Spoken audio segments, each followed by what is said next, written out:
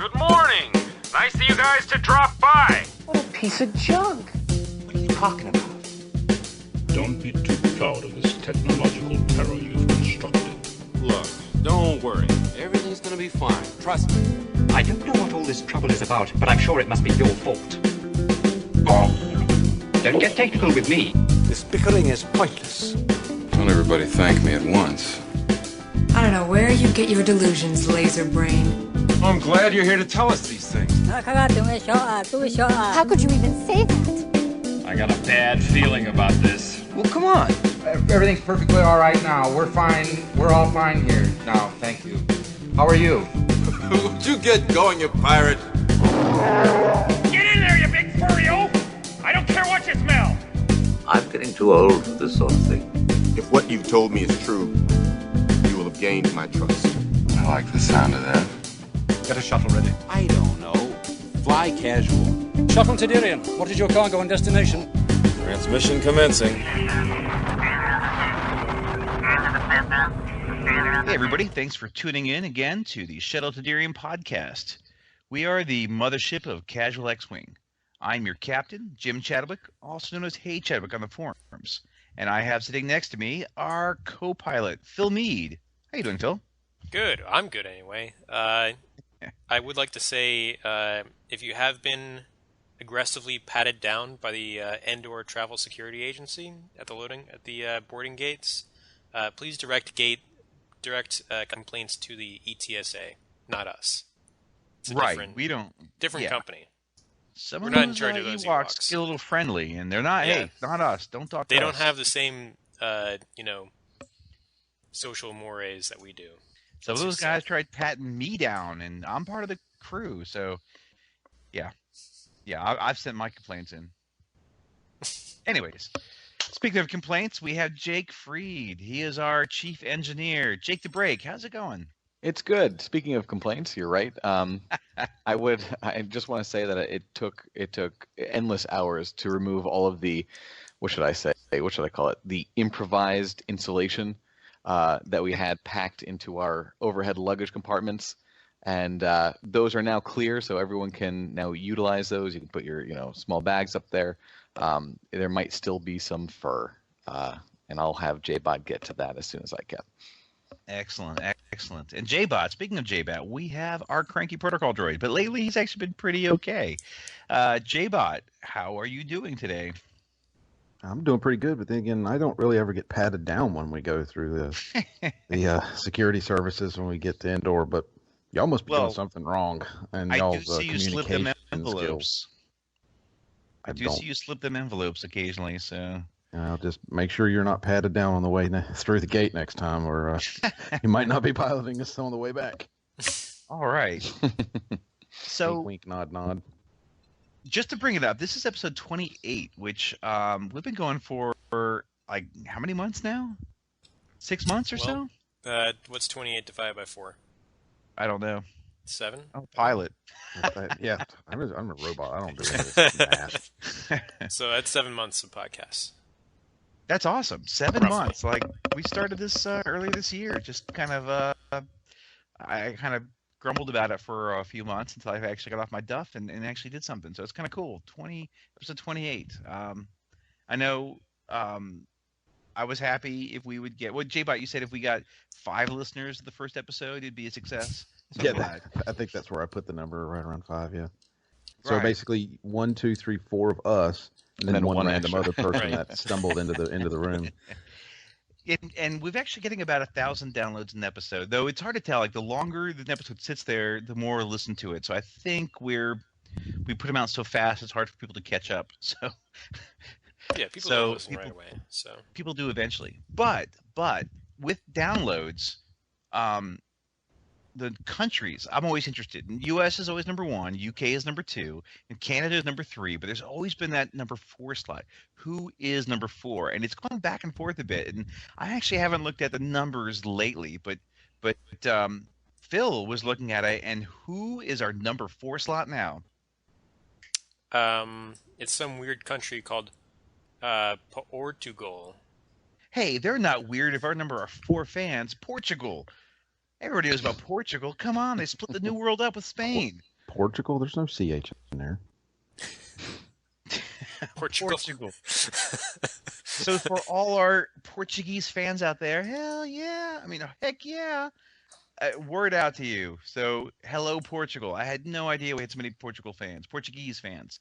So that's fantastic. Excellent. Australia, you're number 5. So Australia, you gotta step it up, and get more listeners. Do we still? I don't think we looked. Do we still have that mystery one that was like unknown or unlocated, like we did the last time we checked? Like undisclosed location. Undisclosed location, right? I love that. Like the government bunker or the cruise ship that travels around. There's the still world. There's 180 others. Others. Not, others. It's maybe like International Space Station. Awesome. Yeah. Cool. All right. So it's glad that we've got so many episodes out, and I'm glad that people are still listening and that it's actually still fun and we haven't killed each other. So that's good. Good work, guys. We were talking about doing a T-shirt sale, and we're getting more serious about it. We wanted to do a affordable T-shirt that would quickly get us money for equipment and software to improve the quality of the show so we didn't sound as crappy. So new microphones and editing software. We were thinking of a black T-shirt with the Shuttle Tydirium yellow logo on the front. I know people have said they want back and front and different words and etc. Though if we do just the front, $20 a T-shirt, and that should probably give us enough cash. So if you are interested in that, give us a shout out to the podcast email, which Phil is the.shuttle.tydirium@gmail.com. And it's always in the description for the podcast. Right. Or on the Facebook page, which you get on Facebook, and you just search for Shuttle Tydirium. I'm sure you'll find it. And let us know what you think. We'll try to go ahead and get that started soon. I'm going to prepare the graphic and all to get it on there. But and if you'd really like to see something like on the back, or you've got a great quote from us or something you'd like to see in the back, and you're willing to spend $5 more to put something on the back, let us know, because we wanted to keep it as affordable as possible, and just to kind of throw it out there. But if you're interested, or if you really want to see something on the back, let us know via the email or the Facebook page. But we thought it'd be neat to just kind of do, and we've had people ask us anyways, just for T-shirts, just to see if they're out there. But we thought it'd be nice to put out there, maybe improve some of the quality of the show, so you can hear us better in Portugal. Yeah. All right. Excellent. Now I do have a captain's question to go into.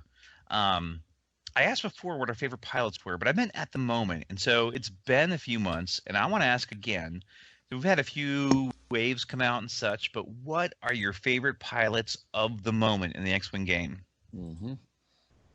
Jake, you made a comment first. I think you're stepping up. You're right. I did make a sound first. I accidentally exhaled a little too quickly. Okay. My favorite pilot of the moment. I'm going to go out on a limb here and step away from the safety of my faction, which is Empire. Dun, dun, dun. I am actually going to choose the pilot Bosk.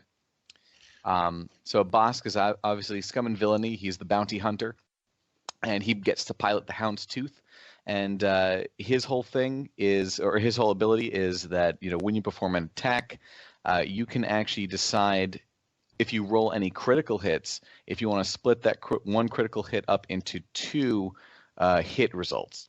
And the reason, it's fairly obvious, but the reason why I'm liking that is that it gives you a lot of kind of liberty when you're attacking somebody. And if they've got their shields up, that critical hit really is not going to do you as much good as just having 2 regular hits to really strip those shields. So I really like that as a pilot ability in general. I really wish that, one of my Imperial pilots had that ability. But that's my pilot of the moment, my favorite pilot of the moment. Can I say I actually flew against Bosk tonight? Oh, really? With a YV666 party bus. and I flew with my list had a number of Z95s, and I had 2 Z95s one-shotted by Bosk because of his ability. Amazing. He would get a bunch of hits through, and I would crap out my dice, and it would be like hit, crit. So it'd be like shield, crit. Oh, turned to 2 hits. Boom, dead Z95. So I actually had 2 one-shotted Z95s due to Bosk and his special ability. So I totally get the power of that. Excellent. All right, cool. Phil.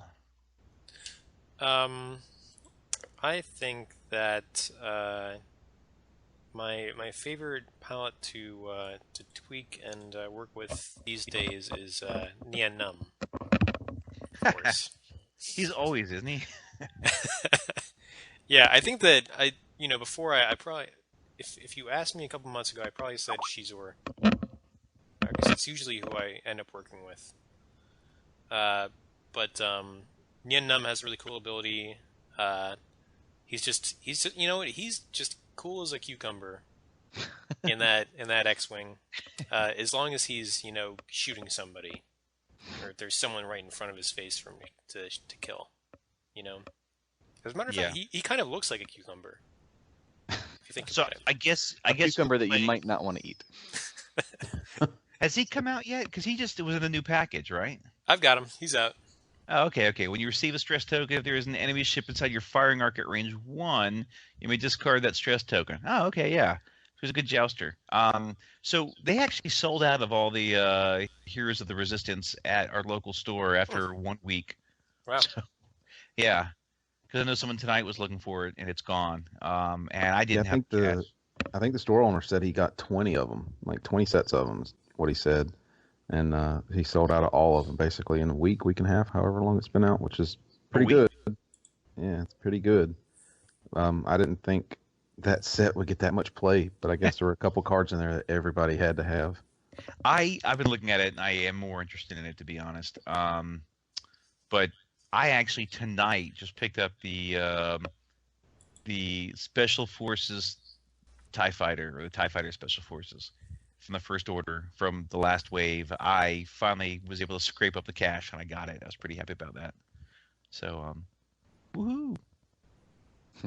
All right, so Nien Nub, big surprise from our co-pilot. All right, J-Bot, how about you?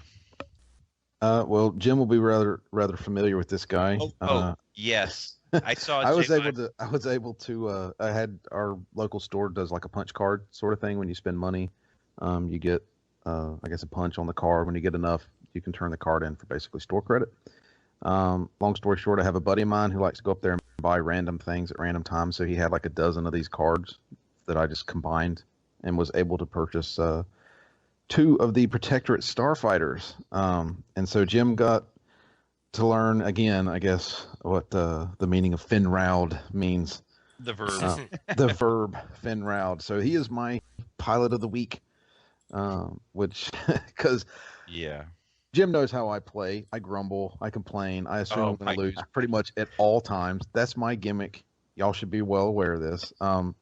But Finrau was able to somehow magically swing this thing around, and I think the 2-hit 3 crit face roll to his Special Forces tie is pretty much what turned the tide of that. Okay, so we played, and my dice were slightly above average. Like, I'd get 3 green dice. Oh, don't try that.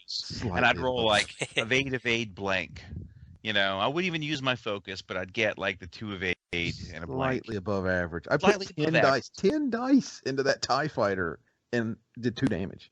Yeah, but I only rolled 2 evade each time, though. 3 dice, I rolled 2 evade. And that was it. So I only rolled 4 of 8 out of those 10 dice. The rest of them were you missing. So my dice weren't that necessarily crazy. But he complained, my dice were good. My dice were good. Oh, he's going to lose. He's going to lose. And he pretty much had Fenrau against, half my list. Yeah, that was it. Yeah, Fenrau, because I was losing all my ships. And that was all I had left. With 2 holes. With 2 holes left. It came out like he hit me one time, range 1, and he managed to roll like 3 crits and 2 hits. It was ridiculous. It was like at one time, and I rolled like blank, blanked it out. Evade dice. Like, I don't want to hear about your bad luck. I don't want to hear about it. My luck has not been that amazing, and that die roll was just amazing. No modification. He rolls 3 crits and 2 hits. No mods. Just downright sickening. I remember when that pack, the news came out with that pack, and we all kind of discussed it as being interesting. We'd like to see it. It might bring back the joust, et cetera, et cetera. They're devastating little ships. Those Protectorate starfighters are. If they can get into that range 1 slot, they're brutal. I heard one of the tournament guys say something along these lines tonight, which I thought was rather interesting way of putting it. He said they're not jousting ships. They're arc dodgers that, if you make a mistake, can still kill you because they are so good as jousters. He's like, no, they're technically arc dodgers that if you accidentally screw up and you end up right in front of somebody, you can still survive it and basically blow them to smithereens at the same time. So I think if I practice with them a little bit more, I'll get better. It's the first time I've ever flown anything in ages that had that much maneuverability, that much kind of just ability to adjust where you're at any given time. So yeah, he was pulling out the Hawk dial because his list had a Hawk. It was actually a list from the BT from last week. Yeah, and that's one of my minor gripes, which I could go into in a long spiel, but I'll keep it short since this isn't really a ranting session at the moment. But the Hawk is the second worst dial next to a shuttle, period. Like, the shuttle has like 11 total maneuvers on it, including a stop, and the Hawk has 12. Everything else has 13 or more. When you spin the Hawk dial, you can actually put it on blank spots. That's how many empty spots are on there. Like, you can fit like probably 2 moves in between the regular moves. You can't turn like that Protectorate dial without getting, like, you can't get any black space. They're so tight together, all the maneuvers are. And that Hawk is like, hey, look, there's a black space. Oh, look, there's another empty space. Oh, there's another empty space.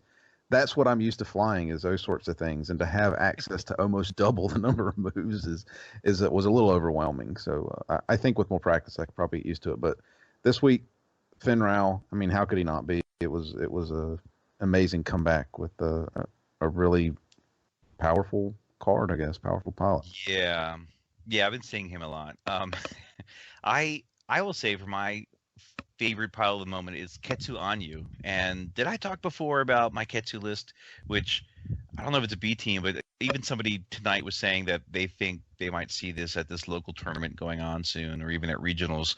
But it's like Ketsu Anyu with 4 Z95s with Black Market Slicer Tool, and Ketsu's got Fearlessness and Dengar Crew for modification. So basically, Ketsu wants to get up in your face and give you the tractor beam token, and then blast the crap out of you at short range. And I think it's really good, really fun. And I played it before JBot. I played someone, and I got it down to just Fen Rao, and it was down the half hull because the Black Market Slicer tool and all. And I could have probably played it just normal and gotten some shots off and killed him. But I tried to get clever, and I just kind of messed up a couple times, like 3 rounds in a row where I tried to be clever, and they weren't all devastating, but a couple rounds were crappy, and I got killed. So it was bad. But Ketsu Anyu, I love it, going fast, bumping, or getting supposed to bump into you and doing that free tractor beam, and then barrel rolling them away and shooting at range 1 with the 4 red dice with the added 1, and then Dengar for modification. I think it's pretty awesome. I love it. I like Ketsu Anyu and the Lancer Pursuit Craft. Pew pew. No, it's definitely a cool ship. I want to get it on the table soon. I just got mine. Cool. Yeah, so that was a game that, so J-Bot and I played tonight, and he came back from, a certain doom and destruction, and cleaned my blade with his Fen Rao. But yeah, when it became a jousting contest, I had a good chance to win that one. Yeah, I was using Backdraft in that one because it's an 80s movie. So yeah, right, because it's an 80s movie. We had to use Backdraft. Or maybe 90s. Maybe, I'm waiting for Firestarter. That's in the next set. But I actually got one shot off from the back with backdraft, and I used I put accuracy corrector on backdraft just so I could kind of. I thought I'd be able to like do 2 dice and then add the extra crit, but I figured out that no, later that wouldn't work after reviewing the flow chart. But I actually only got 1 shot from the rear, but it was enough to kill old Tetrarch, so that was very satisfying. Old coot. Yeah. Oh, and I had my first with Countess for the TIE Defender, and I took the TIE D title just because everyone does the X7. I hadn't done the D title yet, so yeah. It was pretty brutal. I was able to almost one round kill the Hawk, but. So, Phil, have you been playing any particular games lately? Anything interesting? Yeah, my brother was over last night, and we did some X-Wing. We spent most of our time working on a scenario that we want to play at the gaming club that I used to go to up in Westchester, outside New York City. And it's a Imperial convoy being attacked by either pirates or rebels who want to steal supplies. Rebel scum. Yeah, it's got 3 Gazantes and a couple of shuttles and a decimator, and one of the Gazantes has TIE fighters on it. And attacking that is a smaller force of pirates or rebels. And the nice thing about this scenario is that we're building it to have a bunch of surprises and variable deployment, so that the Rebel Scum player is going to have a lot of options in the way that they decide to execute the attack. So it's going to be more like a guerrilla attack than the traditional dogfight that we always see. Cool. Awesome. Sounds good. It was like fun and interesting. There was a new guy tonight at the club, or actually at the gaming store. He used to play and then kind of dropped out, and he's kind of back again. And he was saying how, yeah, just after a while, the tournaments get a little boring with the same matches. I was like, oh, yeah, like, let me talk to you. And so I told him about the podcast and all, and here's the Terry Cluster and etc. So hopefully he might listen in. But awesome, cool. So do we even want to mention the possibility of our secret plans for a certain event in 2017? Or is it too soon? That's fine. So we've been talking to a local from the Gen Con area, Biff, who's of the Trench Run fame, and we're possibly going to be doing a Gen Con all-day Shuttle Tydirium narrative event. So a story-driven, not quite tournament, but, like a tournament, but... narrative event. Yeah. Narrative event. And so we might actually be able to make it out to Gen Con 2017 and kind of do this event, which I'm very excited about. I don't know if I'll be able to make it. Never know with job and family and acts of God and all. But it'd be really, really cool, and I really want to. And we're kind of thinking about planning the sucker out. Yeah, I think it's going to be really cool. I have a few ideas of what kind of missions we can run. Ideas for making the narrative really interesting, really fun to play, and I think we'll have decent prize support for it. I think it's gonna be nice. Right. So you don't have to go to Gen Con and do the X-Wing tournament, though. Who knows? I might even be able to do both. I'm not quite sure. Yeah, I think we're gonna try and plan it so that it's gonna fall on the second day or so of the X-Wing event, so that if you're knocked out of X-Wing, that you can come play the narrative event. Brilliant. I love it. So that sounds really cool. And I really hope we can all go. Excellent. One other thing, I forgot about the T-shirts, but I've been thinking about an idea for we game with the Sling Paint guys who do a YouTube channel. Great guys, love their stuff, and they do a lot of little custom tokens for things, ion and shields, and they're really cool. Target locks, all sorts of stuff. Which you should check out their stuff. They're really good. They've got a shop up in a couple different locations. But I thought about a stress marker, particularly just based from our Shuttle Tydirium show, and it would be because they use these buttons without little pins in the back, these little kind of 1-inch buttons. So having a stress marker that would have in the center of it just a standard triangle stress marker, but in the background a dead walk. So a stress marker of a dead walk with a, for that it'd be like a Shuttle Tydirium stress marker, and selling those. I think it'd be like $1 a token. So like 4 stress markers, $4, something along those lines. And if you guys would be interested in that, let us know, because I'm thinking of hand painting up. I don't have any digital skills, but I have a painting degree. I can actually try to paint up a dead walk.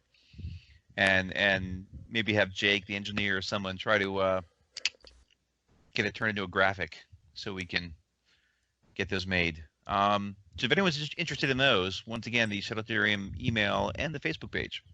But the idea of trying to improve the quality of the podcast. Excellent. So I have a well, maybe we should go into B teams at this point. Are you ready for some B teams? Yeah, let's do it. Let's do it.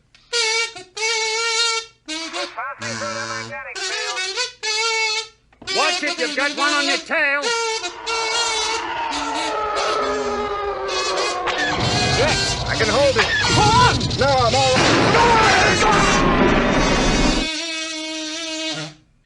Okay, so on the way home tonight from the game store, I was listening to the Kessel Run podcast, and they were talking about the new wave and the new ships and stuff, and they were kind of going through it pretty quickly.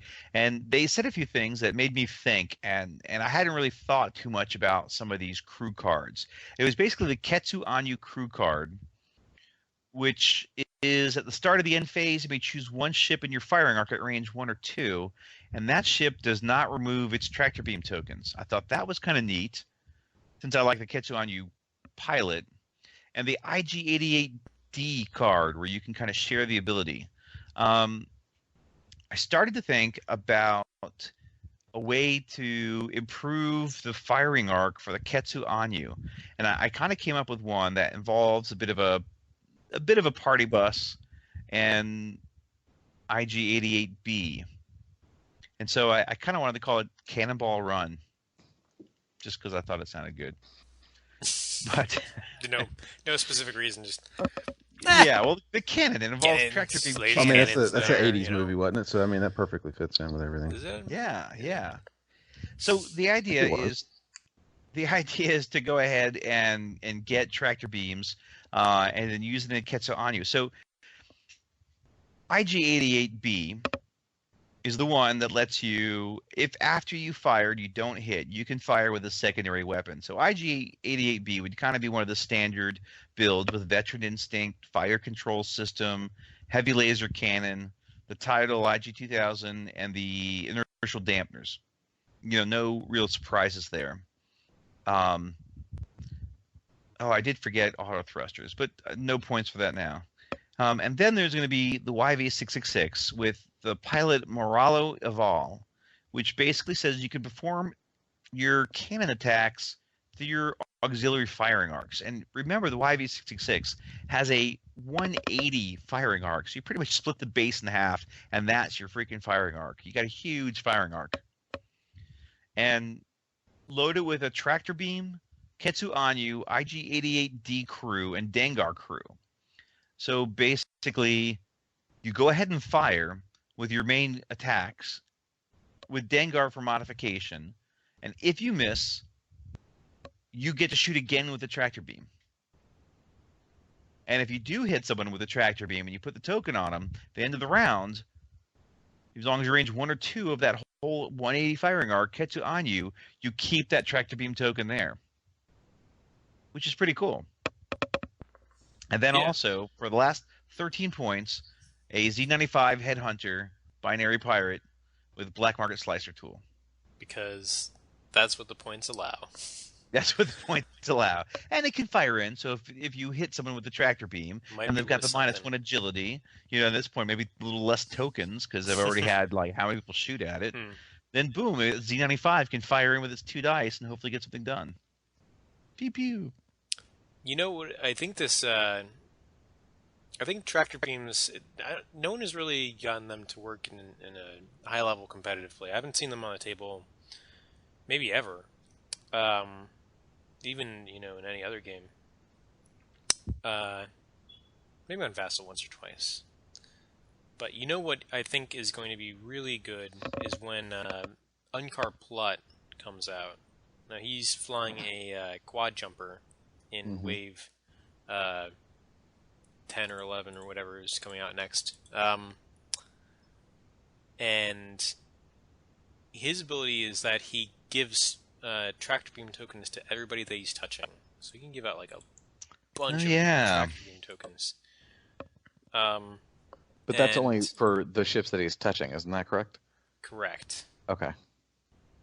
He's going to be a massive bumper. Yeah, he's going to be a bumper for sure. But was he a small base ship, or was he a small base? He's 17 points, small base ship, pilot skill 3. He's in the quad jumper. Mm-hmm. Yeah, the new ship is not out yet, yeah. Yeah, I just wasn't sure I couldn't remember how big the ship was supposed to be. Right, that actually might be pretty good. Yeah, and you could pair that with Ketsu Anyo. She only works on one enemy ship at a time, but I think that using Unkar Plot as a crazy bumper blocker and then just capitalizing on that with Ketsu Anyo keeping those tractor beam tokens on people could be really devastating. I think you're right, but when I think about that, I just think about how difficult it would be to reliably have him bump so many times into people. I mean, if your opponent kind of looks at you and sees kind of your build there and like, oh geez, I basically do not want to go anywhere near him. It'll be a disincentive for sure, so you can kind of create bottlenecks or create no fly zones because they don't want to get too close. But wouldn't it also just be as likely that they're gonna just let's just blow that thing out of the sky real quick kind of a thing, and also make sure not to bump it? Possibly, I don't know. Well, I think part of it is if you're shooting at the if you're shooting at the little cheap guy instead of one of the main threats like Fen Rao or a party bus or something, then hey, that's great. How many points is he on that chip? 17 points. Oh, that's really not that much. 17 points. Yeah, yeah, and that's supposed to be the ship that had 7 range 1 or that was or something like that, 1 or less. He's got a reverse maneuver of some kind, right? Which can help him bump. Really. Yeah. But I guess what I'm curious on, and this goes to the larger scheme of the tractor beam thing. I guess there's a couple things from having talked to the guys there at the shop that seem a little odd to me. I've never played one of the ships with tractor beam. I get that you can essentially barrel roll somebody onto an obstacle. Why can't you barrel roll somebody off the board? Is there a specific reason that they've given for why you can't do that? Other than just well, that doesn't seem right that you can barrel roll somebody into... Probably. Yeah, I mean put yourself in that position, that's... Isn't that part of the game at that point? You've put yourself that close to the edge. You should be careful. I would have been able to tractor beam Cynthia fell off the board, and that would have been awesome. So I wish you could, to be honest. Because I had Ketsu on you, and I had Cynthia fell bump me at the board edge, and I could have barrel rolled him right off the board. Right. I guess, and the second question I have in this is, what's it, a straight boost? Is that essentially what it can do? It can boost you straight, or barrel roll you one side or the other? Yeah. So this is just me in the kind of more thematic version of tractor beams. Why couldn't you theoretically pull them backwards towards you, or essentially pull them towards your ship by 1, even if it caused you to bump? Yeah. Does that make sense? No, it does. Then I could see something like that Unkar Plot being holy crap, he is a little scary because he can back into me, and then somebody who runs across his bow, he can boop and just suck him into him to get 2 ships in one turn.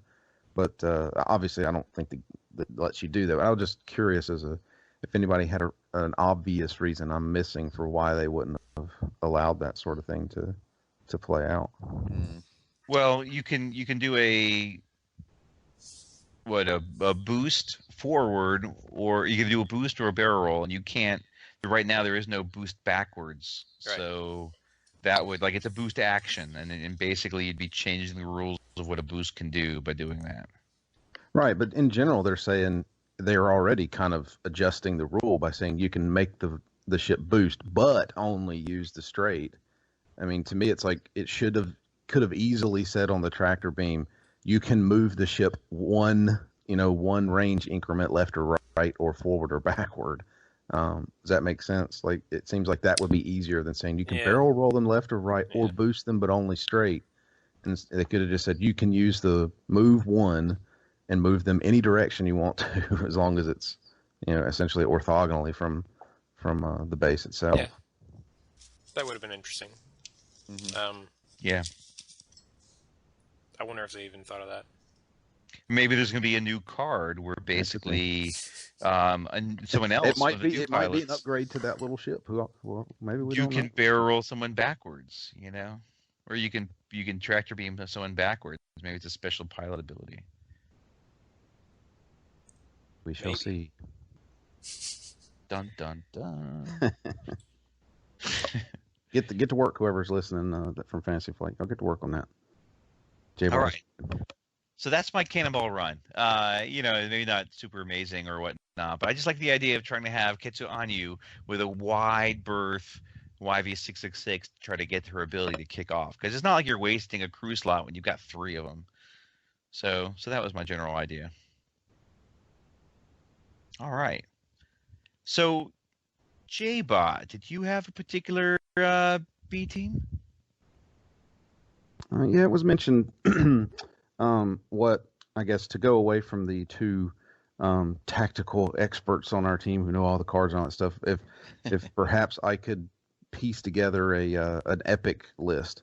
The first thing I had to ask was, well, what is an epic list? How many points is that?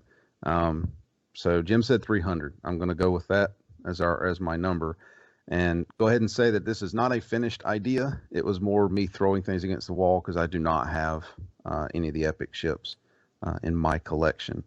But it is also not going to be super powerful. It's more just one of my crazy thrown together. Sounds like it would be a lot of fun to fly lists.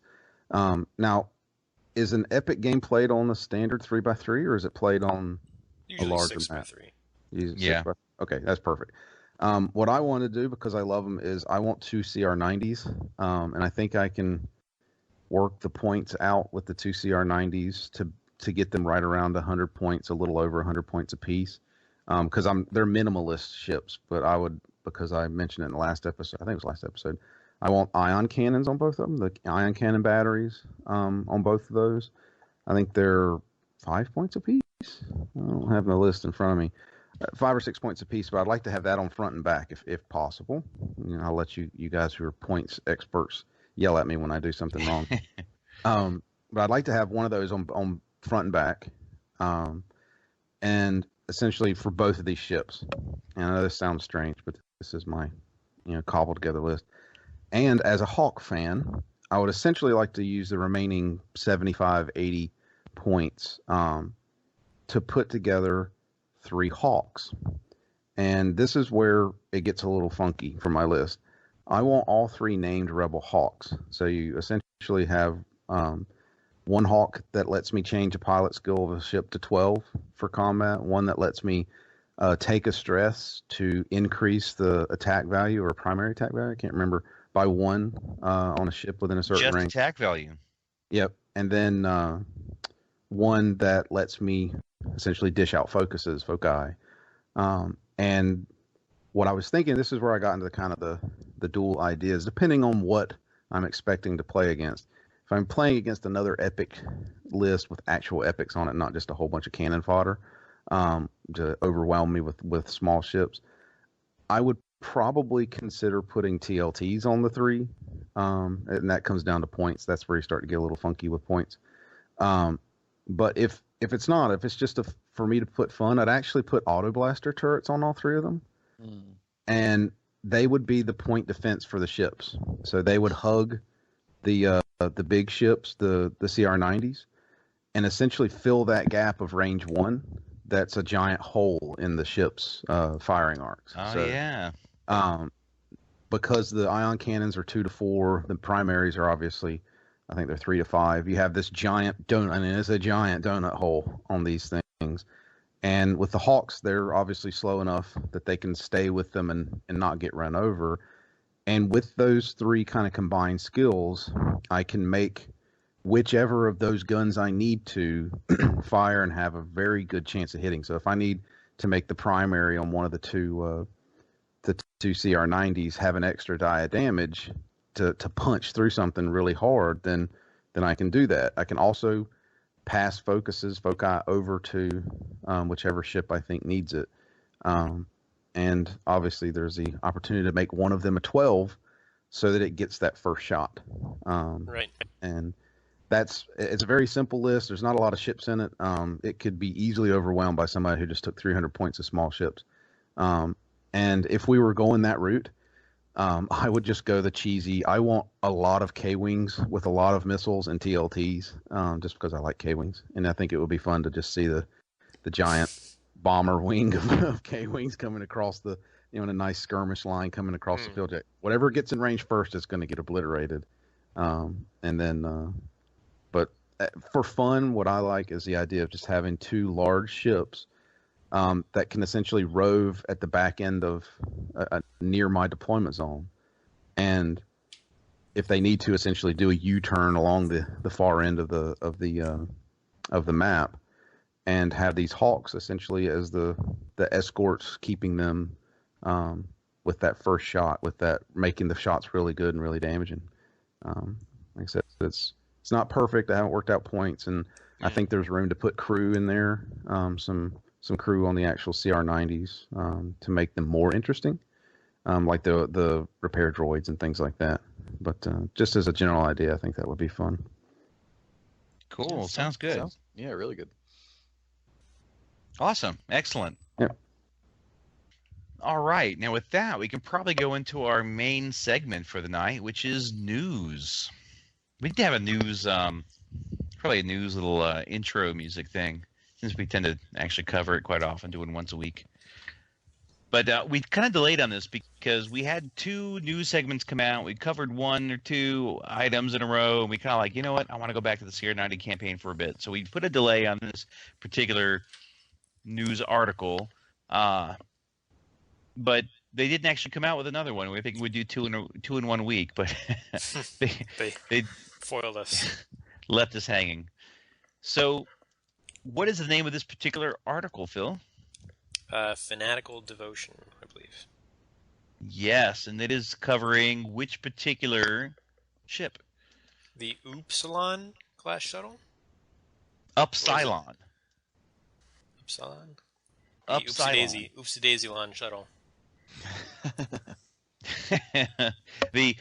I'm not particularly happy with this because it replaces the Lambda shuttle that we're particularly driving. So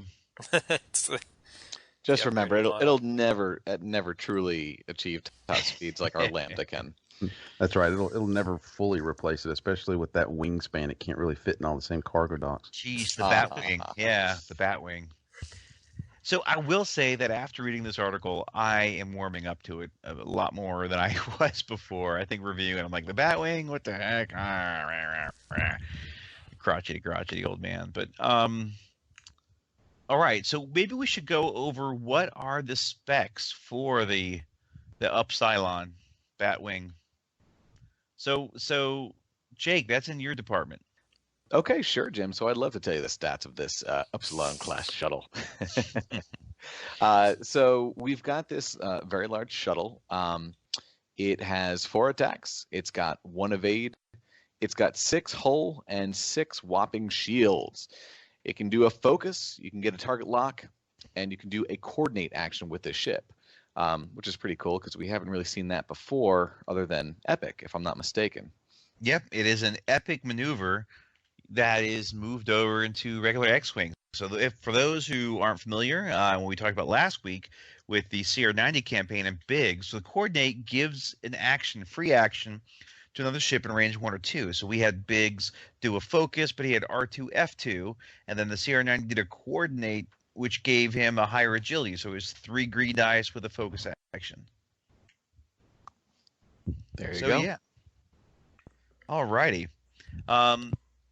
So we had some new pilots announced. So the previous pilots, I'm trying to do for the Upsilon, the Batwing. We had before release the Kylo Ren pilot card. Was that correct? Yes. Yeah, we'd seen Kylo Ren. And do we want to just the recap for him was just his pilot ability. The first time you're hit by an attack each round, you assign the "I'll show you the dark side" condition card to the attacker. I think it's called the "I'll show you the dark side" condition card. I like that. That's pretty good. Thanks. That's not. I don't. Did you steal that from one of the other podcasts? I know there's another podcast that does that. Or is that? I thought everybody was doing conversion. it. Yeah, conversion joke making. So whiny about it. But... Yeah. I'll show you the dark side. Oh, but my teenage daughter thinks he's handsome, so yeah. The allure of the dark side. Yeah, it's the hair, I guess. Mm-hmm. But the best helmet hair ever. Yeah, no kidding. Apparently, he uses half of his force powers to keep his hair in check inside that helmet. Yes, that's true. Do we want to talk about what that particular crew card or the condition card is?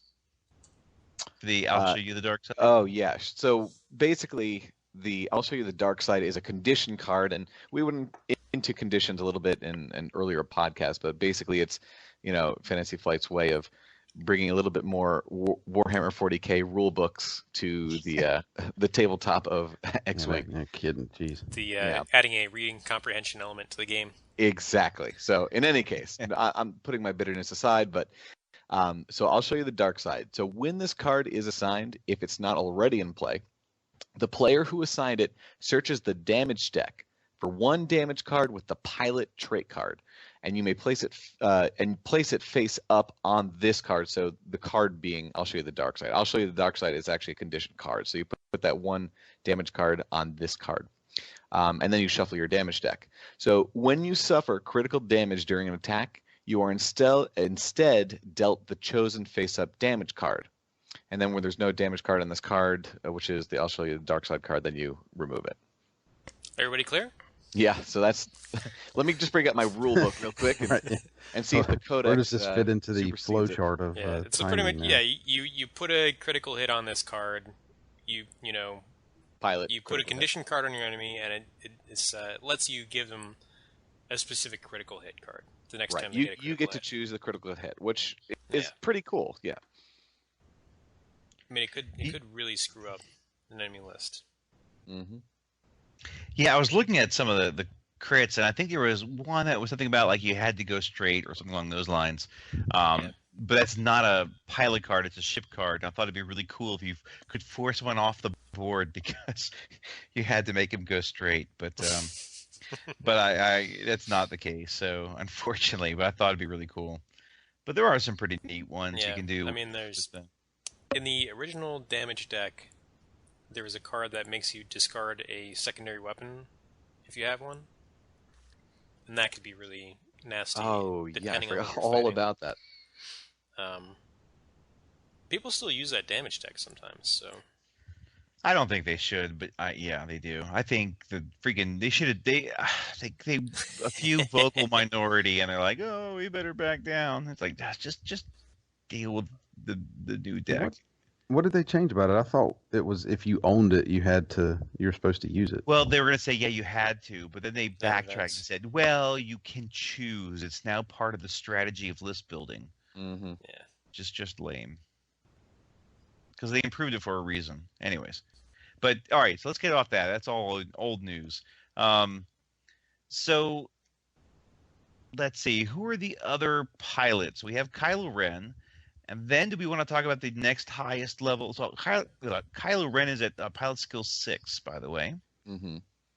And then we have Major Stryden. That's right. So he's an interesting guy. Where is his card? Here we go. For the purposes of your actions and upgrade cards, you may treat friendly ships at range 2 to 3 as being at range 1. So, if you have like a systems officer, I think that's the crew upgrade where after you do a green maneuver, you can give another ship at range 1 a target lock, if I remember that right. Yeah, there's a ton of crew that are like, oh, these would be particularly with synergy things, and the Empire really lacked synergy for a long time, and they kind of came out with a bunch of these different crew cards, like, oh, that'd be really cool, except it's range 1 only, you know, and it just kind of really destroyed the viability of a lot of these cards. But with this guy, Major Stryden, he can actually make all those crew cards with a range of 1 basically, or even just range of 1 to 2, range 1 to 3. So there's a whole ton of different ships that you could really work with. Systems officer, after you execute a green maneuver, choose another friendly ship at range 1. That ship may acquire target lock. That's now 1 to 3. Officer bumps it up from range 1 to 2 to range 1 to 3. Yep. Who else? Operations. Oh, yeah, that's one of the new ones. We won't bring in that one just yet. There's a number of them that are out there. Let's see. Targeting coordinator. Well, that's for an epic ship, though, so never mind. There's also tech upgrades. There's new tech upgrades that work with this. So I think hyperwave, comm scanner, and targeting synchronizer both work with this. So we go into those. Yeah, we talk about crew. Let's talk about the operations specialist, which comes out in this particular one. So this is a good one. After a friendly ship at range 1 to 2 performs an attack that does not hit, you may assign 1 focus token to a friendly ship at range 1 to 3 of the attacker. Yes, this is an interesting card. Is that once per turn, or is that multiple times per turn? It's multiple times per turn. Multiple times per turn, yeah. Yeah, it's pretty interesting. You could be giving out a lot of focus tokens, depending on what kind of fleet what kind of squad you're running. Could be really good in Epic, also. I was actually just thinking about that for that Epic build I mentioned earlier. That could actually let you pass foci around pretty well. You can hand out Epic a lot ships. of focus like that. Yeah, because they have such a wide range at that stage. Well, here's a question. So if you fired with this with a TLT and your first shot misses, does that mean you would get a focus for the second one, or is the attack the 2 attacks? You have to consult the flow chart. Right. Yeah. So basically, there's a sub-paragraph that explains how that works. Just to kind of go over that again, after a friendly ship at range 1 or 2, which with Major Stryden is basically 1 to 3, attacks does not hit, another friendly ship at range 1 to 3 of the ship that attacked gets a focus. So it can be a completely different ship that's even further out of range away from the shuttle, or it can be the same ship itself. Let's say it's got gunner or something, and it can do it as many times as you want. So if you've got like a bunch of, I don't know, TIE fighters around you that are firing with their 2 attack dice, you could give out these focus tokens kind of and they're all attacking, and so they're all missing. These focus tokens are all going back and forth all over the place. And if you're high pilot skill, they could actually maybe use a focus for the attack, get one back once they miss, for defense. There's kind of all sorts of little shenanigans you can do with it. So I don't think that it works with TLT. Yeah, I think it's the entire attack because it says perform an attack. I'm gonna guess that means both shots from the TLT are one attack. Yeah, I'm consulting the flowchart right now, and I don't think it works with TLT. It didn't seem like it would, but that was just a guess. I'm curious if this is going to get used in any kind of builds that don't include this ship. Like if this is going to be used for, I guess one of the current meta lists out there as a replacement for some of the other crew. Just the ability to hand out foci around and really extend the range of it seems pretty powerful. Yeah, especially for defense. I mean, if you have a low pilot skill ship, I mean, you might be able to load it with defense or at least foci before stuff gets a chance to fire at it. If it never got a chance to because of stress or something. Yeah, like let's say you've got a TIE shuttle. You know, this is a 3-point crew card you put out there. And you put it with a TIE swarm, and there could be a whole bunch of TIE fighters firing around. Yeah. Though the thing is, you probably want to be firing higher. So the higher pilot skill, the better this card is. That's true.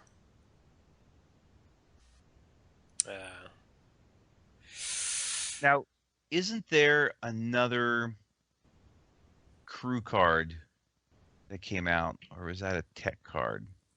There's targeting synchronizer. There's upwave comm scanner. I don't think there's another crew card. Actually, you're right. There probably is another. Well, we can talk about General Hux. General Hux. Yeah. There's General Hux and Kylo Ren are both crew in this. So, I do think that General Hux is a major factor of this expansion pack. And let's see, Kylo Ren crew. We kind of knew that before, didn't we? I think we did see him before. Right, so I think just as a crew, Imperial only crew, unique, action, assign the I'll show you the dark side condition card to any enemy ship at range 1 to 3. So that doesn't really affect it by the great Major Strident. But the other card, well, actually even General Hux. Well, the General Hux would work as well. Do you want to read the General Hux card? Right. So, let me pull it up here. Or if J-Bot has it. Yeah, I've got it here. The crew card? Yeah. It's Imperial only. Shocking. As an action, choose up to 3 friendly ships at range 1 to 2. Assign 1 focus token to each of those ships and assign the Fanatical Devotion condition card to one of them. Then receive 1 stress token. It's a 5-point crew card, which seems rather powerful just on the face of it. Do you have that condition card? I do. Give me a second because it's very tiny on my screen here to read. Fanatical Devotion. When defending, you cannot spend focus tokens. When attacking, if you spend a focus token to change all focus results to hit results, set aside the first focus result that you change. The set aside hit result cannot be canceled by defense dice, but the defender may cancel critical results before it. During the end phase, remove the card. It seems very powerful to me, just at a glance. Yeah, I guess to kind of even translate that to normal speak is you get an eyeball, and if you convert that eyeball to a hit, that hit basically becomes unblockable. Right. That boom, it goes through and it hits. So stealth Sunterfell with the Emperor, blah blah blah. I don't care. Boom, my Academy pilot is now hitting you. Right. Yeah, it's really. It seems really good. Yeah. I mean, compare it to Fleet Officer which is 3 points, and you get to give 2 friendly ships a focus token. So you're doing 1 more focus token than that, and you're also doing the Fanatical Devotion condition card. Yes. You also pass an evade out to up to 3 ships. That's that's a powerful crew card. I mean, it seems. Passing evade. Just a focus. Yeah, it's just. That's. I thought I saw evade. And so, Fleet Officer was a card at range 1 to 2. 1 action. You can dish out the 2, and this one it's 2 points more. You get an extra focus, and one ship basically gets one unblockable hit through. Which I flew a list that had Fleet Officer in a Land Shuttle and a bunch of TIE fighters, and I was surprised at how much if you can give out the free focus, and they can do something like an evade action, at how even like an Academy pilot can actually be pretty resilient with 3 green dice of focus and evade, in a game. I was pretty surprised by it. Now you can get like 3 ships, and one of their hits is going to be unblockable. Yeah, I love it. You can give these focus tokens to yourself too. You can give 1 to yourself here. Yeah. And one of the things that I did with the other one is if you take advanced sensors, you can take your action before you do your movement. So you basically do your action. Everybody, let's say you've got it under, Major Strident. So you can dish them out to ships at range 1 to 3. You take your stress. You do a green maneuver. You clear the stress. I don't know. It's pretty cool. I think this is a major card, one of the major cards of this particular expansion. I would say it's not just for swarm type lists either. You could put this in even in a smaller ace style list. You do have to stay close to the General Hux card. Range 1 to 2 isn't that far away. Or if you go with Major Strident, range 3. Yeah, and the other thing is that, General Hux, he doesn't have to go on an Upsilon-class shuttle. You can go on it. You can stick him on I guess you can't stick him on a TIE shuttle because he's 5 points. Right. That's 1 point too many, right? It is, but there is a Lambda-class shuttle, which is a perfectly acceptable and fine, decent shuttle. I think there's another Imperial ship that has a crew slot. The Decimator. Yep, you go in those. Is there anything else that is crew? The Phantom, TIE Phantom. Yes. Which we hate. Although I don't know how much we're going to see him on the Phantom. You need to, if you put him on a Phantom, then you would need to put Stygian, advanced sensor. Well, yeah, either Stygium or advanced sensors to then clear the stress that he gives you, because he does give you a stress, and Phantoms really don't like stress. Right, for the advanced, blah blah blah, broken device. The advanced broken device. Yes. But overall, that's really darn cool. I don't know, really powerful crew card, and a decent that one pilot. So we could also go the base low level pilot skill 2 batwing pilot is 30 points, and Major Strident is only 2 points more.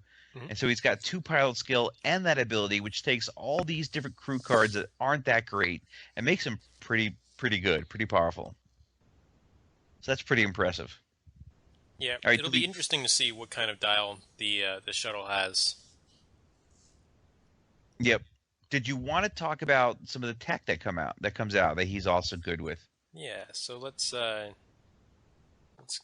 What is the first one? Here we go. So targeting synchronizer. This is a 3-point tech upgrade. It reads, when a friendly ship at range 1 to 2 is attacking a ship you have locked, the friendly ship treats the attack target lock header as attack. If a game effect instructs that ship to spend a target lock, it may spend your target lock instead. So this works, the first part of this effect is, I think, entirely geared towards firing missiles, firing torpedoes. Yes, I love it. It's very interesting. Keep in mind that this does not have to go on the Upsilon-class shuttle. It can go on anything. Yes, any tech card. Anything that has tech. There's only 3 Imperial ships with tech. So the Batwing, the TIE FO, and the TIE Special Forces. But there's also Rebel ships that have tech. Oh, true. It can go on Rebel ships. I do forget that. So that is awesome. So basically, what I see this as is, for me, with a TIE bomber list, because I love TIE bombers, with homing missiles. And then basically, this other ship comes in, puts a target lock on somebody, you can fire your homing missile without actually having the homing missile, or the target lock. Right. You can fire the homing missile, and as long as the other ship has the target lock on it, you can fire it. Fire your homing missile. I love it. You could put this targeting synchronizer on maybe even quick draw. It is the PS9 TISF. Give it targeting synchronizer and fire control system, and just point it at whatever your TIE bombers have in arc.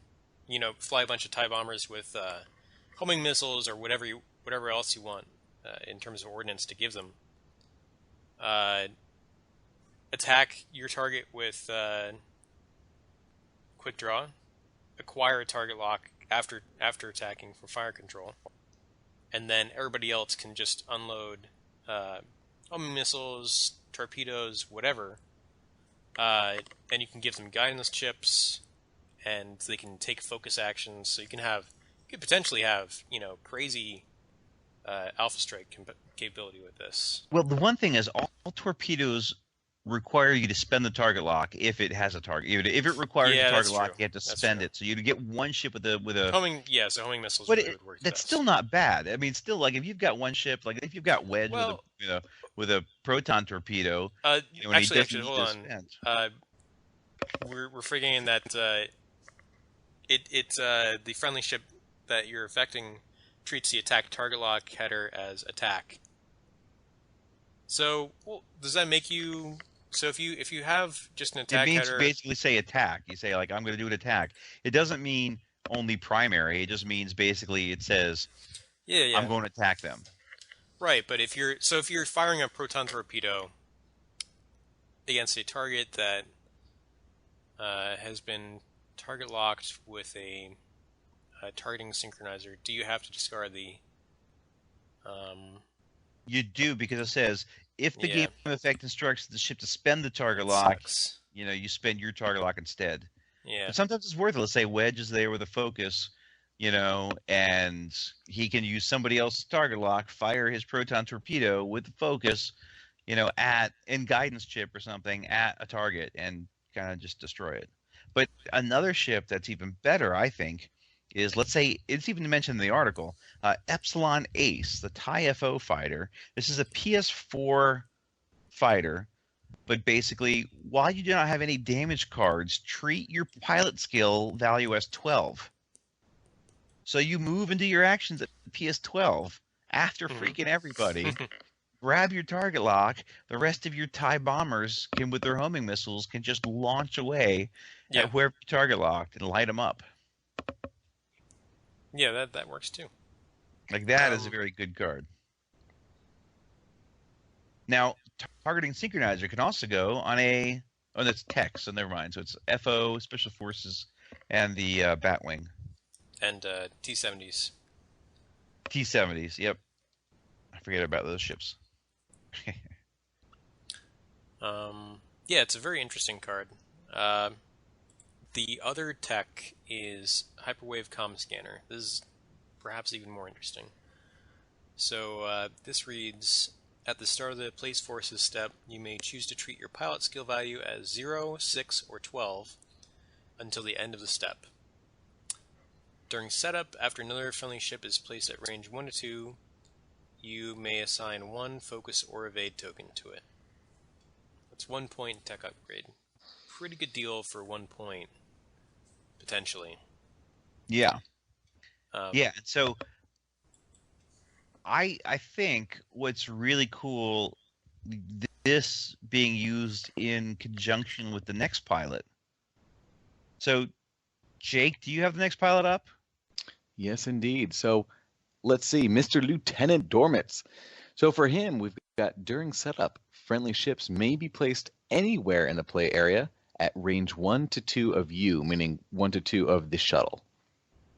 So that does make it a little interesting, doesn't it? Because that gives you some little more variety with your attack squadron. You could really do a spearhead when you're deploying. Yeah, you could have like a bum rush.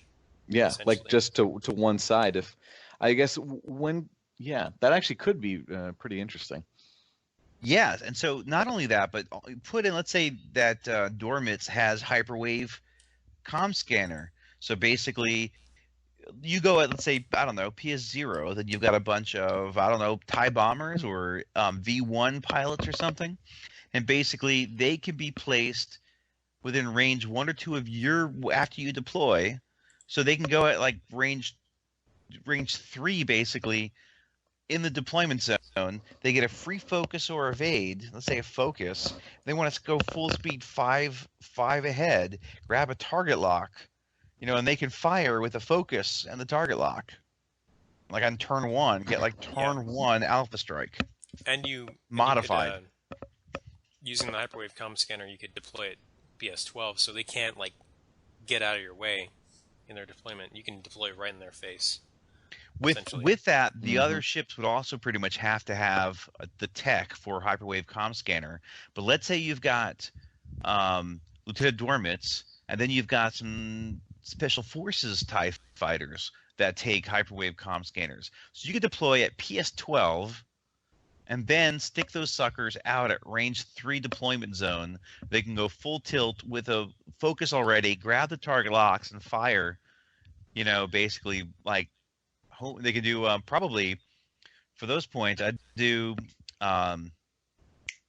concussion missile, which basically and maybe guidance chips. So basically 4 red dice.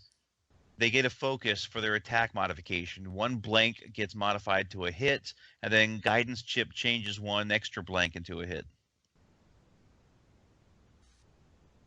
Pretty mean. Yeah. You and that's TIE Advanced Prototypes, so. That would be the special forces because they can take the tech. They have a missile, right? They do have a missile. Everyone always forgets about it, but they have tech and they have a missile. I always like the missiles. So J-Bot, what do you think about Dormitz with his deployment? Because you weren't excited about the new Han and his deployment zone shenanigans. Well, the reason I had issues with the Han was you're essentially taking what would be a giant chunk of your list and placing it theoretically in the danger zone of the other list, with the hope of basically getting 1, maybe 2 turns of kind of stabbing them in the back. This one's more of an interesting take because it gives you the opportunity to really kind of take almost your entire list, or at least a heavy portion of the points if you so desire. And putting those not so much wherever you want to, but in a prime attack position. I think it's a different matter than Han. It does kind of make me wonder how the two would interact. Like what do you do if Han's there? Do you try and do a spearhead, knowing that there's a chance he could essentially, cut the rear out from under you, or do you just I can't use my crazy alpha strike, but do you build a list for that? Do you build a list with the I guess in mind the idea of charging full bore against it? Because can the shuttle even keep up? Say you've got that 1 turn and you send all of your small base guys out for that alpha strike. Is the shuttle just going to be stuck in the back a long way away from being able to support it with anything else you put on the ship? I don't know. It's a bit of a one-trick pony, but it might be a really good trick. I'd have to kind of see it. If you could get an alpha strike rushed out, particularly at PS12, and hit someone, I don't think that the dial is not going to be fantastic, but you might be delayed for like a turn or 2. But the large base ships, even let's say you go like a 3 forward or maybe a 4 forward, then large base that counts as like 6 movement. You'll be like 2 rounds behind, but that's not forever. The thing is that you have to, if you're going to bum rush somebody, you have to be confident that you're going to, beat them in that rush. Yeah, because you're putting points into the shuttle to allow this, but I don't know if you can get the shuttle into that engagement. On that first turn, you might need to depending on its style, and if you give it an engine upgrade, maybe you could get it into firing range. We have to see what its dial looks like. But if you're, bum rushing somebody with half your squadron, then, I think most lists would just be like, okay, and shoot those guys, even though they're gonna have more tokens. They're gonna have, because hyperwave comm scanners are gonna give them focus tokens, evade tokens. They're just gonna give those to each other.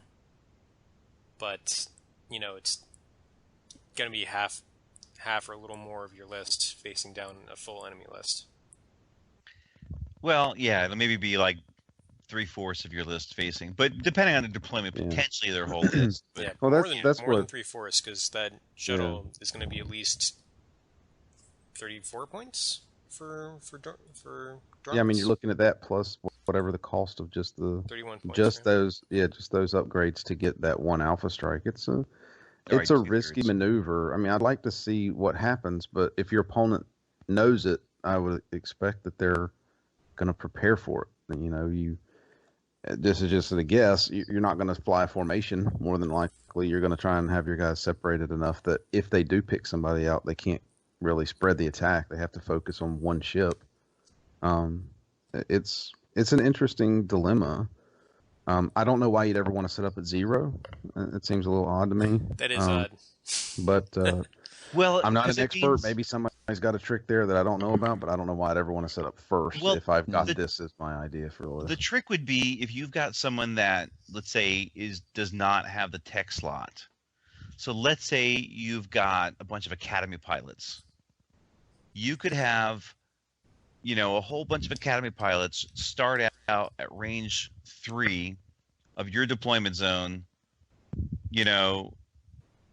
rushing out fast. So, yeah, they're not missiles, but they're a whole bunch of cheap TIE fighters with a free focus. Then they can all evade. So basically, they start off at range 3, rush forward 5, and they're firing away. And you can stick 2 hyperwave comm scanners on dormits and give those guys focus and evade tokens. Oh, yeah. So you can basically, because you've got one of each, give one each a focus and an evade. Though it probably doesn't need both because it's going to get one action anyways. Well, I mean, if you have like 2 ties, give dormits 2 hyperwaves comm scanners, you can give them each a token. All so right. Just normal TIE fighters. So you deployed pad skill 0, I guess. Depends. I mean, it's tough. So I think there's reason to go at 0 because then the other ships that are lower pilot skill can then build off you. If your whole idea is just kind of like if you deploy in the middle and stick these guys way out in the middle, there's going to be not many places that they can't reach. Yeah. Yeah. All right. So that's Lieutenant Dormitz. He's got potential, and who knows what else might come down the pipe to kind of see what else there is. It's unknown at this point, but it has potential to kind of be cool. I think, particularly if you're playing let's say you're playing a 200 list, or you're playing an epic game or something like that. So imagine, epics get put out first, which is unfortunate because you could then put imagine putting Lieutenant Dormitz out and then putting your Raider out at range 3. And how cool that is. Yeah, this is another one of the ships that screws with scenarios and other types of games. Yeah, if you've got a larger list point, that would be pretty darn cool.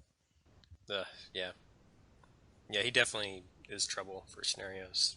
Another trouble card. Very inconsiderate. FFG. Yeah. And so Lieutenant Dormitz basically was 31 points. So you've got the base guy, PS2, at 30 points. Lieutenant Dormitz at PS3 at 31 points. So 1 point you're getting at special ability and the 1 pilot skill. Which the special ability, even if you're not going out full tilt at 3, unless you're putting it at PS2 or something, it's still kind of neat. And then 32 points for Major Stridon with that really cool range support ability. Yeah. Well, okay, so were there any other upgrades that we didn't talk about?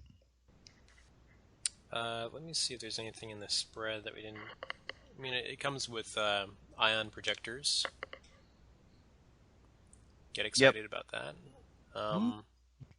It comes with Snapshot. Have we talked about Snapshot at all? I think we did. I think we did in a previous. We definitely did. Previous one. Yeah, and just to say, Snapshot, I think would be really cool on, say, like Mauler Mythal, because Mauler Mythal, at range 1 gets an extra attack die, and so basically with Snapshot, someone moves in at range 1, Mauler Mythal gets to fire 3 red dice instead of 2, unmodified. But hey, yeah. And same with Scourge. Scourge says if you're damaged, you get an extra attack die. So potentially with Snapshot, you could get 3 red dice. Yeah. Yeah. Was that was Snapshot was Snapshot an elite? Pilot talent, yes, EPT. Oh, yeah. And so that's something theoretically you could put on Finn Rao as well. He gets that extra attack die. Range 1. You could, yes. I think there might be better options, but I mean, still a 3 attack die. That's something that floats in front of you. That true. There's better options for him, but it still is a funny idea. Yeah. Like, there's 3 dice. And next turn here's another 4 or 5 if I'm able to keep my guy in range 1 of you. Yeah. And also, someone like Jan Ors in the Hawk can boost your that actual attack die value and get the stress for it. And then when it's her turn to move, she can actually do a green maneuver and remove that stress. Interesting. Yeah, kind of cool. Kind of cool. Yeah, I think this is going to be a fun expansion to get. It's going to be very difficult to store this thing, though. Yeah, I think I've already complained about that. It's when I look around and I see other ships, I mean, it's almost an epic-sized ship. I mean, even if you fold the wings in, it's going to be massively tall. So maybe they detach. I don't know. Maybe, but is there anything? I'm sure that someone's going to figure out a way to get those wings off. Oh yeah, that I don't doubt. I mean, we've got plenty of amazing artists out there who take some of that stuff apart, and it's unbelievable. But is it? I don't see Fantasy Flight making it that they can detach, but they surprised us before. I don't know. I'll just wait and see. I think I've heard some rumors, but I don't remember, to be honest. But overall, I think I'm warming up to the Batwing. I think even more so for the stuff that comes in the package than the actual ship itself. But I still think freaking 4 attack die, all these Texans, systems. Well, we didn't really mention this, and this is maybe everybody else kind of understood it. I'm obviously not a fan of the conditions. Doesn't sound like Jake is either, because it just adds another level of complexity. But with Kylo Ren's ability, the way I read it when we first saw this released, I essentially had to have a crit go through. But the way it reads now, I guess the way they explained it is, if you just take a crit, as in, it would just bounce off your shields like normal, that effect still takes place. That's Now I'm like, now it's a little bit more interesting as an idea. It's like, look, I don't have to get through your shields to actually do the pilot damage. You're right. You just have to have the crit has to get to be dealt. Yeah, right. Just has to be dealt to the shields. Boom! And suddenly your pilot skill 0. I'm not sure. It's true. I think it said it in the article. I think that's the only reason I got it that way. Even if it just impacts on the shields. Yeah, I think it says it in the article somewhere. It was the only way it made sense. You don't have to suffer the crit. Only a crit has to actually be dealt. It is true. You can hit their shields and boom. Take that, Rebel Scum. Take that, Rebel Scum. Yeah, so that's pretty cool. I do like that as well, and that is something that's come up. I do think some of the abilities, like the other special characters, Major Stridon and Lieutenant Dormitz, they do sound more interesting to me now, and be able to do things with more support and Imperial synergy, and it kind of actually makes First Order more synergetic, more, because the old Imperials didn't have much synergy, and so this First Order guys, they tend to work together. Here it is, Phil. The critical damage isn't suffered as the removal of a shield token or as a card drawn and revealed face up from the damage deck. The damage is simply suffered as the face up critical stored on the I'll show you the dark side. So it's an interesting effect. It's obviously complicated, and I'm not a a fan of these because I worry about the kind of rabbit hole it's going to lead us down. If every major kind of force-wielding character in the game needs to have a dramatic effect like this, I can only imagine what they're going to put on the, Force Awakens level Luke card whenever it comes out. It might be Emperor level for the Rebels is kind of what I'm thinking. Well, so far he basically just takes an action and accepts a lightsaber. And the credits roll. Yeah, but no, that's what concerns me. Is it opens a lot of doors. I do like that in general, but it also adds so much complexity to the game. I've got tokens off to the side now that I have to maintain as effects, essentially as an ongoing effect on a ship. It's like I said, it worries me for how far this is going to go. But okay, I've heard it explained basically like, look, you've got an ion token, right? You had to have a little card to tell you what the ion token does, right? That's a condition being ionized. What the hell does this ion token mean? You've got a little card on the side. Where do they go after the first week? They get chucked because everybody knows what the hell it does. Yeah. So, but there's going to be more of these than reference cards. So. Yeah, they're more going to be a reference card that is not necessarily so super crazy, but it's just a little reference card, or bombs. You've got a little bomb reference card. Occasionally you've had to pull that sucker out, like, damn, I throw mine away. What's the whole thing again, just to kind of get the mechanics right? Every once in a while you'll pull it out, but it's going to be the same thing. Like, we already have these kind of reference cards, and that's kind of what this is. To think of it as just like another reference card, it makes it more palatable. To a degree, but Ion is a one turn and gone. This is hey, I've got a status effect on your ship until I meet some specific condition. That could be this turn. It could be 10 turns from now, but it has to be maintained and kept, and you're pulling cards out of the deck. This is, to me, it's like saying, hey, I've hit your ship with my fancy cannon, and you need to take your gun or your upgrade card and put it to the side over here for a little token. And then at some future point, maybe after you do a barrel roll, you're able to get that card back onto your ship. Like it's to me, it's like I've taken 2 or 3 arbitrary sorts of things and put them together instead of I shoot you with the gun that does a very specific thing and then next turn it's gone. Like that specific condition is gone in the next turn, no matter what. Like ion tokens on large ships hang around until you get 2 ion tokens onto a large ship. Yeah, I agree, but it's the same effect as a token. It's not. It's a stackable effect, if that makes sense. It's not a. I mean, and we're still. This is one condition. You could put both of those guys that have conditions on the shuttle. I mean, that's now you've got one shuttle with 2 possible conditions that can be thrown out there.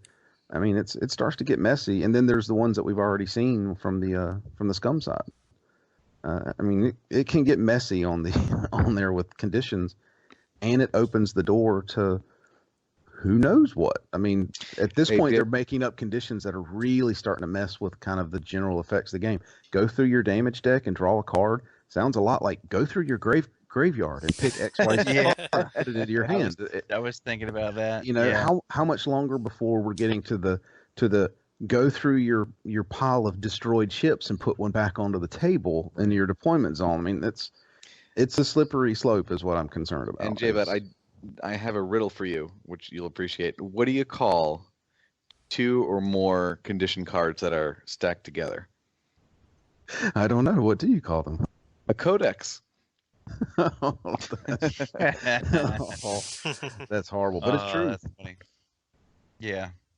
I don't know. I think I understand what you're saying, but I think overall the effects might not be as super crazy as people fear. Yeah, it comes down to my fear of this game is the creep, not necessarily power creep, the rules creep that we're getting into. Creep. Yeah, because let's look at just some general ideas in the theme. Are we under the assumption that Kylo Ren is more powerful than the Emperor? Because at this point, the Emperor has a much more simpler, rule in the game than he does. He's got this crazy complex rule. Well, but complex doesn't necessarily mean more it's powerful. more powerful, but he's got this crazy complex rule that they just created. What would the Emperor have had if they had already opened this door? I still think. See what I'm getting at? So, no, I'm not saying the Emperor is not more powerful. What I'm saying is we know he's more powerful. So if Kylo Ren has this complex rule now, if Kylo Ren had come out a year ago, what would the Emperor have been? So basically, what is Snow going to have? Yeah, like what is like I said, what's the new Luke card going to be? Because there's going to be one. What is all of these play instance as interrupts. That's what I mean, that's what I fear, right? Is not so much what we've got now. Yes, it's understandable. Yes, over time we'll get it. But you've already mentioned, I don't remember what that bomb does. Let me go dig out the thing. It's a bomb. It's not a character card with a ongoing condition. It is, hey, I used it, it blew up, it does a specific effect and then goes away. That's what I'm worried. It's not the moment, but where it's going to be a year from now or 2 years from now when they make the new movie and they get the probably new starter set that comes with it. So yeah. All right. Well, there's not going to be. We don't know for sure, but there's not going to be a Rogue One starter set. I don't think there's going to be a starter set for each new movie that comes out, but I could be wrong. I think a starter set for every trilogy movie, maybe. Oh, they're coming out once every 2 years. I don't know. We'll see. But... Well, that's about how much. I mean, how long did we have the original starter set before we had the Force Awakens starter set? 3 years?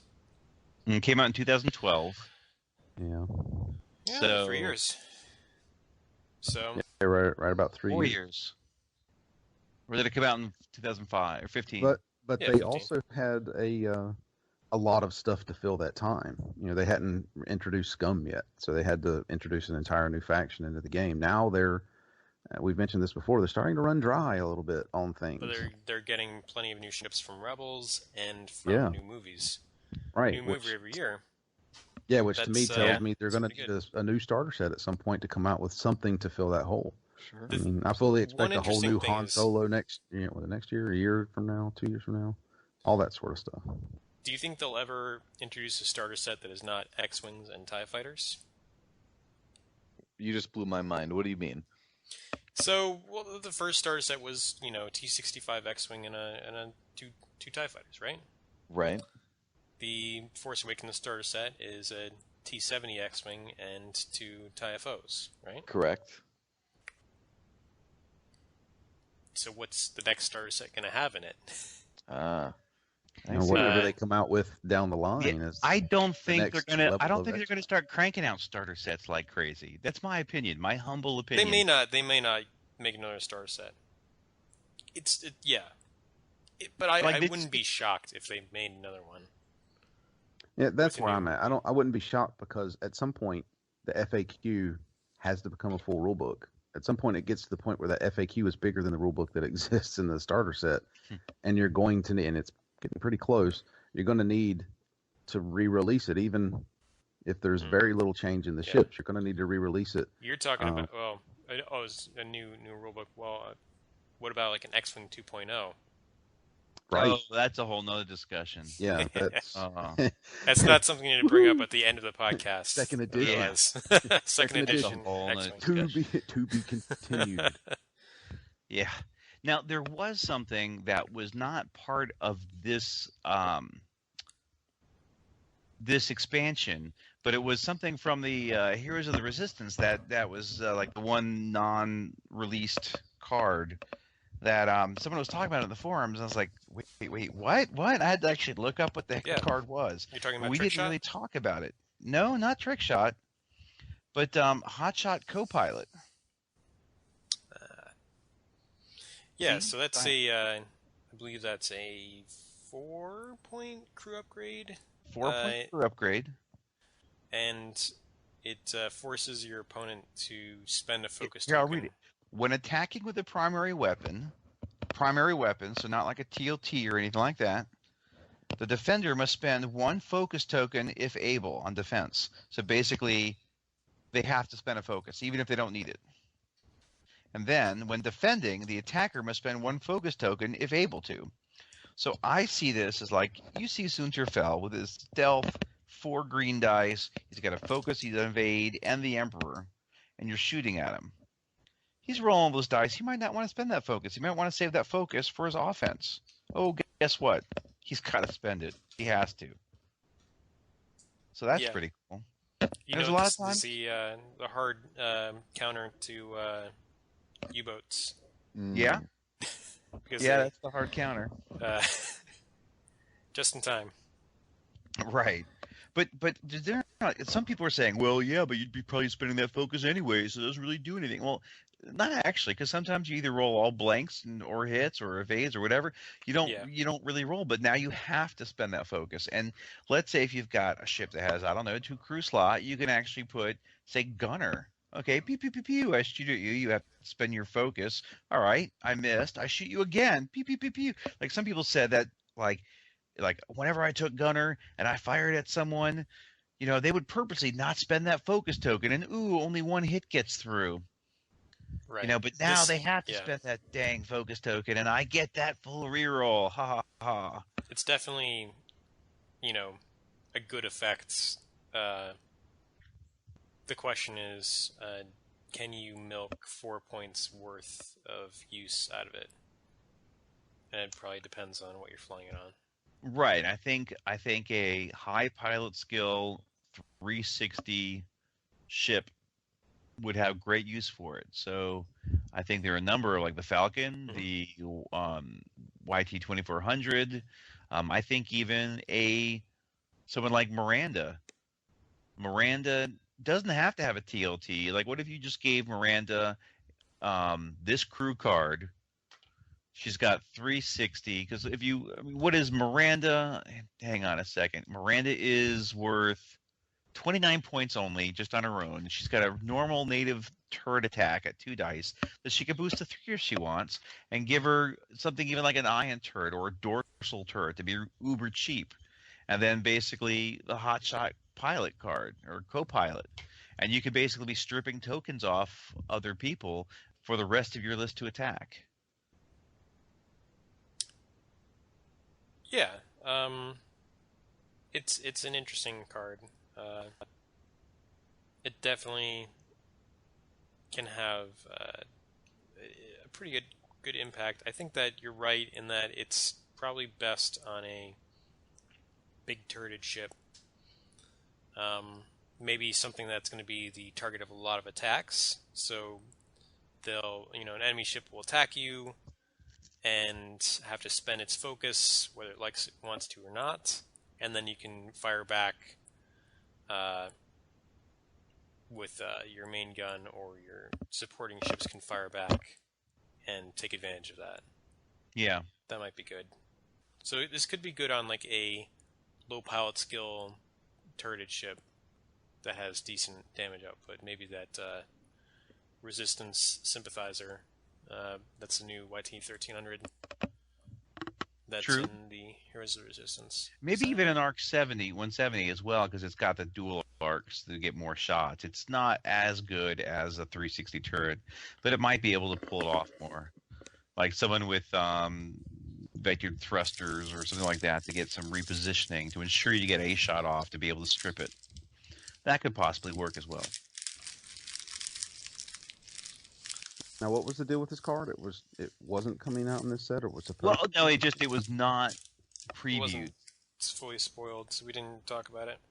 Yeah, they didn't spoil it, and then the cards came out, and kind of I missed it and didn't quite even see it until it was in the thread, and someone was talking about Hotshot Copilot. I'm like, wait, what? What card? What does that do again? I don't remember. I'm like, I don't remember because I never read it before. What the heck? Yeah, it's interesting. Maybe it could go on a Chewbacca YT-1300. So you're sort of middle pilot skill. So if there's something that shoots at you and it has to spend its focus token, and then you can fire back and punch through where you might not have been able to otherwise, that could be interesting. It could be on even a YV-666 party bus. Let's say you've got... as long as you have the EPT. let's say you've even got IG-88D and you've got a cannon. You could you could shoot at someone, make them spend their focus. You miss, then you've got IG-88D, and you can fire your cannon now at them. Might be good on a Lancer. Lancer Suitcraft. Lancer's got the mobile turret. It would be good on a. It would be good in the Rebel Sympathizer, I think. Yeah. Decimator, maybe. Really cool. Yeah, Decimator, surely. Yeah, because Decimator would work offense and defense. So yeah, I think it's a neat card. Yeah. And I think it's probably best on low pilot skill ships. On low pilot skill ships? I was thinking high pilot. You know what? It works on both because if you're getting attacked, then they have to spend their focus, and when you shoot back, you'll have the advantage because they won't have a focus anymore. Yeah, I guess do you want to use it defensively or offensively? Yeah, it works both ways. If you're going to be the target, I think it just works all around actually. It's skill agnostic. Yeah. It is pretty cool. There is also Trick Shot. Did we talk about Trick Shot? It's a 0 point. Let's talk about it. it. I don't think we did. It's real quick. It's a 0 point EPT, and pretty much if your attacks are obstructed, so if you're going through an asteroid or something, then you get an extra die, an extra attack die. Right. So if you're shooting through an asteroid, you get an extra red die. Yeah, they get an extra green, but you get an extra red. Yeah, which is cool. And it's 0 points. I was thinking that it might be fun to put this on a ship that has the,